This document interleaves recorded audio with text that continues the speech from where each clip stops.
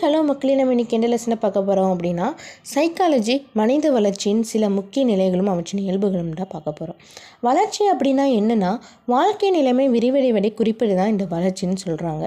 படிப்படியாக சுதந்திரத்துடனும் கட்டுப்பாடுடனும் செயற்படுதல் வளர்ச்சியின் அறிகுறி அப்படின்னு ஆண்டர்சன் சொல்கிறாங்க. மனித வளர்ச்சியை 5 வகையான முன்னேற்றங்கள் இருக்குது அப்படின்னும் அவை ஒவ்வொன்றுடன் தொடர்புடையது அப்படின்னும் ஆண்டர்சன் சொல்கிறாங்க. அந்த 5 வகையான முன்னேற்றங்கள் என்ன அப்படின்னா, புலன் உணர்ச்சிகளை தொகுத்தறிதலில் ஏற்படும் முன்னேற்றம், நடத்தையின் இயல்புகளிலும் வகைகளிலும் தோன்றும் முன்னேற்றம், செயல்படும் முறைகள் உயர்நிலைப்படுவதால் ஏற்படும் முன்னேற்றம், கடந்த கால அனுபவங்களை மனதில் கொண்டு எதிர்காலத்துக்கு திட்டமிடுதல் தோன்றும் முன்னேற்றம், நடத்தையில் சுயக்கட்டுப்பாடு இடம்பெறும் அளவில் முன்னேற்றம். அதுக்கப்புறமா நம்ம முக்கிய வளர்ச்சி பருவங்கள் எது என்ன அப்படின்னு பார்க்கலாம். அது 2 வகையாக பிரிச்சிருக்காங்க. பிறப்புக்கு முந்தைய நிலை, பிறப்புக்கு பிந்தைய நிலை. பிறப்புக்கு முந்தைய நிலையை பற்றி நம்ம ஃபஸ்ட்டு பார்க்கலாம். அது 3 டைப் இருக்குது. முளைநிலை, பிந்த நிலை, முடுசூழ் நிலை. முளைநிலை அப்படின்னா முதல் 2 வாரங்கள், பிந்த நிலை அப்படின்னா 2 முதல் 8 வாரங்கள், முடுசூழ் நிலை அப்படின்னா 9 வாரம் முதல் பிறப்பு வரை அப்படின்னு சொல்கிறாங்க. அதாவது முளைநிலையில் கருமுட்டை 8ல் 1 பங்கு அங்குலம் அளவுள்ள ஓர் உயிரணு தொகுப்பாகிறது. பிண்ட நிலையில் பல்வேறு உறுப்புகள் உருப்பெறும். அதே மாதிரி தான் பிண்ட நிலையினோட இறுதி கட்டத்தில் இதயம் துடிக்கவும் தொடங்குது. 8 வாரங்களில் முழு உருவ வளர்ச்சி ஏற்படுகிறது அப்படின்னு சொல்கிறாங்க. அதுக்கப்புறமா பிறப்புக்கு பிந்தைய நிலையை பற்றி பார்க்கலாம். இது குழவி பருவம். பிறப்பு முதல் 3 வயது வரை இருக்க பருவம் குழவி பருவம் அப்படின்னு சொல்கிறாங்க. குழந்தை பருவம் இல்லைன்னா பிள்ளை பருவம், இது 2ஆக பிரிச்சிருக்காங்க. முன் குழந்தை பருவம் அப்படின்னா 3 வயசுலேருந்து 6 வயசு வரைக்கும். பின் குழந்தை பருவம் அப்படின்னா 7 வயசுலேருந்து 10 வயசு வரைக்கும். அதுக்கப்புறமா குமரப்பருவம். இது முன் குமரப்பருவம், குமரப்பருவம், பின் குமரப்பருவம் அப்படின்னு 3ஆக பிரிச்சிருக்காங்க. முன் குமரப்பருவம் அப்படின்னா 11 வயசுலேருந்து 13 வயசு வரைக்கும். குமரப்பருவம் அப்படின்னா 13லேருந்து 15 வயசு வரைக்கும். பின் குமரப்பருவம் அப்படின்னா 16லேருந்து 19 வயசு வரைக்கும். அதுக்கப்புறமா முதிர் பருவம் பற்றி பார்க்கலாம்.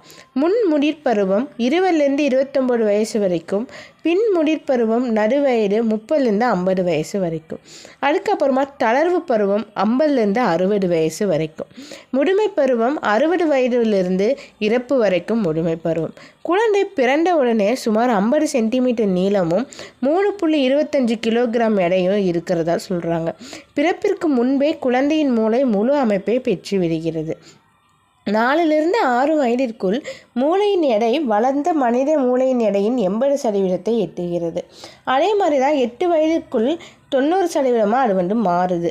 குழவி பருவத்தில் கேட்கும் திறன் முழு வளர்ச்சியை அடைகிறது. புலனியக்க சிந்தனை நிலையிலிருந்து சிந்திக்கும் ஆற்றல் படிப்படியாக எவ்வாறு முன்னேற்றம் அடைகிறது அப்படின்னு சொன்னவங்க யாருன்னா பியாஜோ புருன். அதுக்கப்புறமா நம்ம குமரப்பருவத்தை பற்றி பார்க்கலாம். இந்த குமரப்பருவம் உண்மை நிலையை அறியாத பருவம் அப்படின்னு சொல்கிறாங்க. பிள்ளை பருவத்துக்கு அடுத்த வளர்ச்சி பருவம் இந்த குமரப்பருவம். இளையோன் பருவம் அப்படின்னு சொல்லியும் இந்த பருவத்தை அழைக்கிறாங்க. அடல்சன்ஸ் என்ற வார்த்தை அடல்சர் என்ற லத்தீன் மொழியிலிருந்து உருவானதாக சொல்லப்படுகிறது. அடல்சன்ஸ் அப்படிங்கிற பொருள் என்ன அப்படின்னா வளருதல். குமரப்பருவம் சிக்கலான அமைதியற்ற பருவம் அப்படின்னு ஸ்டான்லி ஹால் அப்படிங்கிறவங்க சொல்கிறாங்க.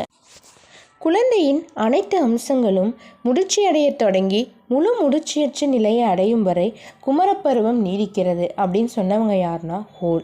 குமரப்பருவம் குழந்தையின் 2ஆம் பிறப்பாக சொல்கிறாங்க. தெளிவற்ற நிலையில் உள்ள பருவம் குமரப்பருவம் அப்படின்னு சொன்னவங்க யாருன்னா வில்லியம் பர்டன். குமரப்பருவம் என்பது மனக்குமரலும் கொந்தளிப்பும் நிறைந்த பருவமும் புயலும் மழையும் நிறைந்த பருவம் அப்படின்னு ஸ்டான்லி ஜி ஹால் அப்படிங்கிறவங்க சொல்கிறாங்க. வழிகாட்டலும் அறிவுரை பகிர்தலும் வழங்கப்பட வேண்டிய பருவம் இந்த குமரப்பருவம் அப்படின்னும் ஸ்டான்லி ஹால் சொல்கிறாங்க.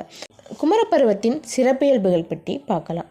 உடல் வளர்ச்சியில் அதிரடியான மாற்றம், தன்னுணர்வு மிகுந்து காணப்படுதல், பாலுணர்வு தலை தூக்கி இருத்தல், சுயசார்பு பெற விளைத்தல், சக வயது தோழர்களின் நட்பு, லட்சிய நோக்கம் யதார்த்தமும், தொழில் தேர்வும் சுயசார்பு தேவையும், தலைமைத்தன்மை, இதெல்லாம் குமரப்பருவத்தின் சிறப்பியல்புகள். குமரப்பருவத்தோட பிரச்சனைகள் என்னன்னு பார்க்கலாம். தன்னை பற்றிய குழப்பம், தலைமுறை இடைவெளி, எதிர்மறை மனப்பான்மையும் மரபு மீறலும், பாலுணர்வு தலை தூக்கி இருத்தல், தொழில் தேர்வில் தயக்கமும் குழப்பமும் மன எழுச்சி மிகுந்து காணப்படுதல், சுயசார்பு விளைவு, ஒப்பார்குழு ஆதிக்கம். இந்த குமர பருவத்தின் பிரச்சனைகளை தீர்க்க என்னென்ன வழிகள் இருக்குன்னு பார்க்கலாம்.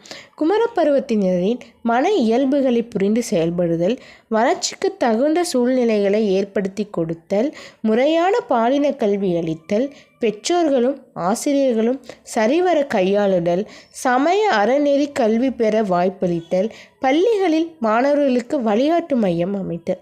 சமூக எதிர்பார்ப்புகளுடன் கூடிய பல்வேறு வயதிற்கான வளர்ச்சியினை குறிக்கும் நடத்தைகளும் செயல்களும் வளர்ச்சிசார் செயல்கள் அப்படின்னு யார் சொல்கிறாங்கன்னா ஹோலி ஹஸ்ட் அப்படிங்கிறவங்க சொல்கிறாங்க.